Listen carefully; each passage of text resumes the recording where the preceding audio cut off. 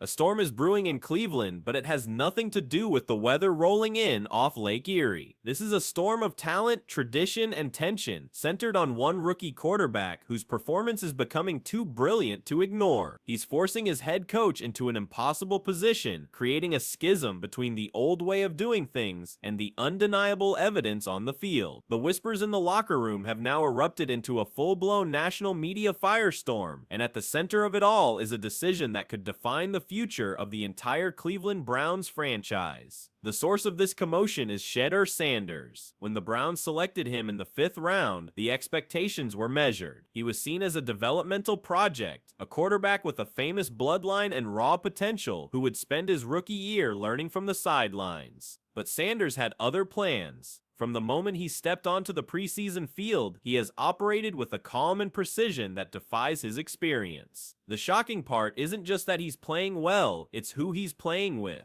Surrounded by 3rd and 4th string players, guys fighting for the last spots on the roster, Sanders has been making magic happen. He's demonstrated crisp reads, lightning-quick decisions, and a level of poise you simply can't teach. He hasn't just managed the offense, he's elevated it. Yet, when head coach Kevin Stefanski was asked about his rookie's path to the starting job, his response poured cold water on the growing excitement. He spoke of development time, earning reps, and a long-term process. It wasn't a dismissal, but it was far from the green light that many were starting to believe Sanders had already earned, and that cautious remark was all it took to light the fuse. That fuse led directly to Stephen A. Smith. If there's one thing that energizes the veteran sports commentator, it's the scent of injustice, and to him, Stefanski's hesitation was a slap in the face to meritocracy. On his show, Stephen A. didn't just disagree, he launched a verbal assault on the coach's logic. Pointing directly at the camera, his voice rising with indignation, he laid out his case. "This young man," he began, "has done everything you could possibly ask for, and then some. And you mean to tell me he can't get first-team reps? You mean to tell me you can watch what he's done in the preseason and say, we'll wait?" He leaned in, his tone dripping with disbelief.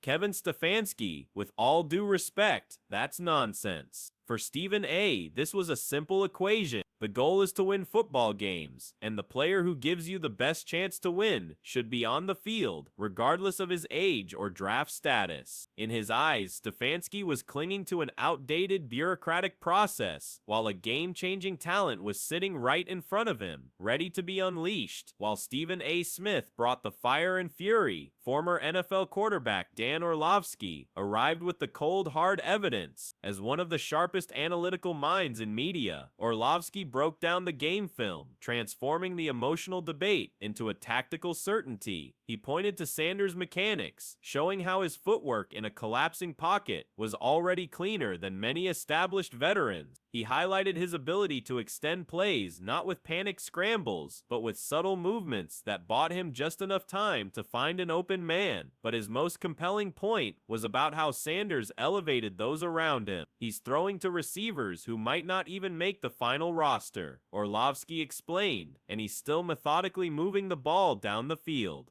Do you honestly think that skill doesn't translate when you put Pro Bowl caliber players like Amari Cooper around him? Come on. Orlovsky argued that the preseason is precisely for this kind of discovery. It's the time to experiment, to see if a young player can handle the pressure of running with the starters. To him, keeping Sanders with the backups wasn't development. It was a wasted opportunity to gather crucial information before the real season begins. If Stephen A. brought the public pressure and Orlovsky provided the technical proof, then ESPN insider Adam Schefter delivered the final, chilling piece of the puzzle: inevitability. Schefter, a man who lives and breathes the NFL's back-channel communications, offered a perspective that transcended the on-field action. His take was less about X's and O's and more about the unstoppable force of momentum. "There's a real buzz around Shedeur Sanders," Schefter reported in his calm, measured tone. "That doesn't happen by accident. You can feel it in the building.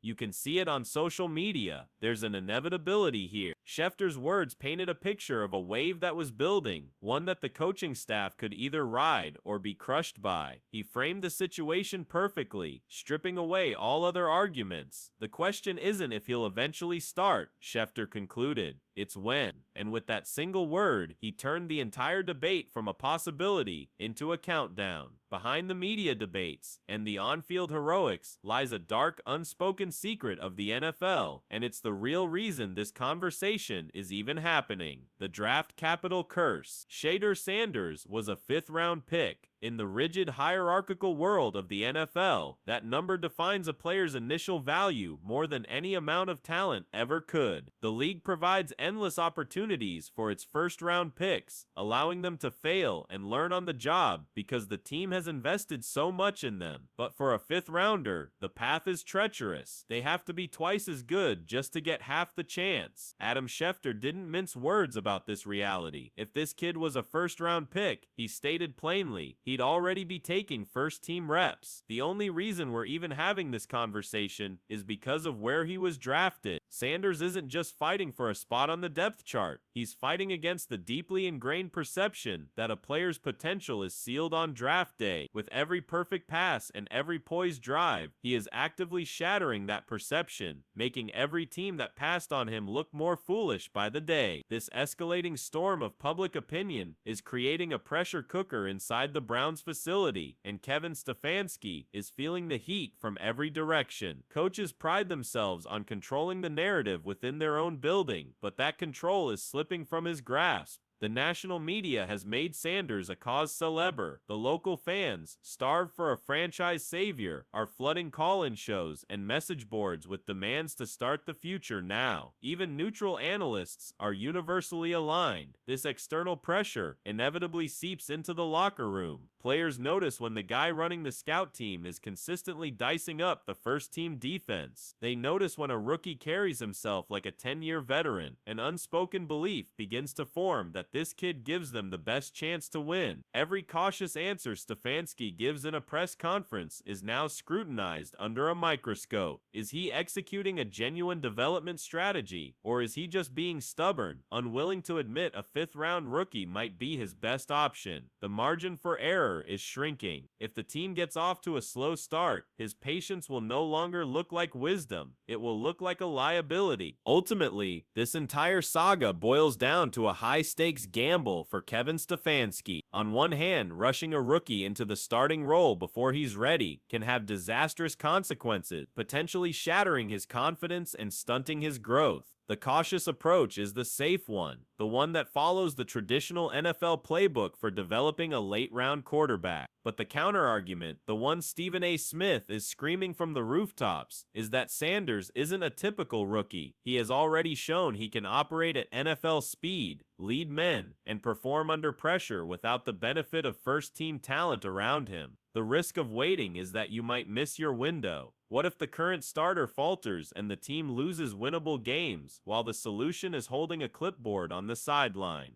The reward for starting him now is that you might just find out you have your franchise quarterback today, not 2 years from now. Stefanski is standing at a crossroads, with one path representing tradition and control, and the other representing a bold, potentially franchise-altering leap of faith. The choice he makes won't just determine the fate of one rookie, it will determine the trajectory of his own career and the future of an entire organization. The countdown Adam Schefter spoke of is ticking louder every day, and soon, the question will no longer be what the Browns should do, but what happens when the inevitable finally arrives.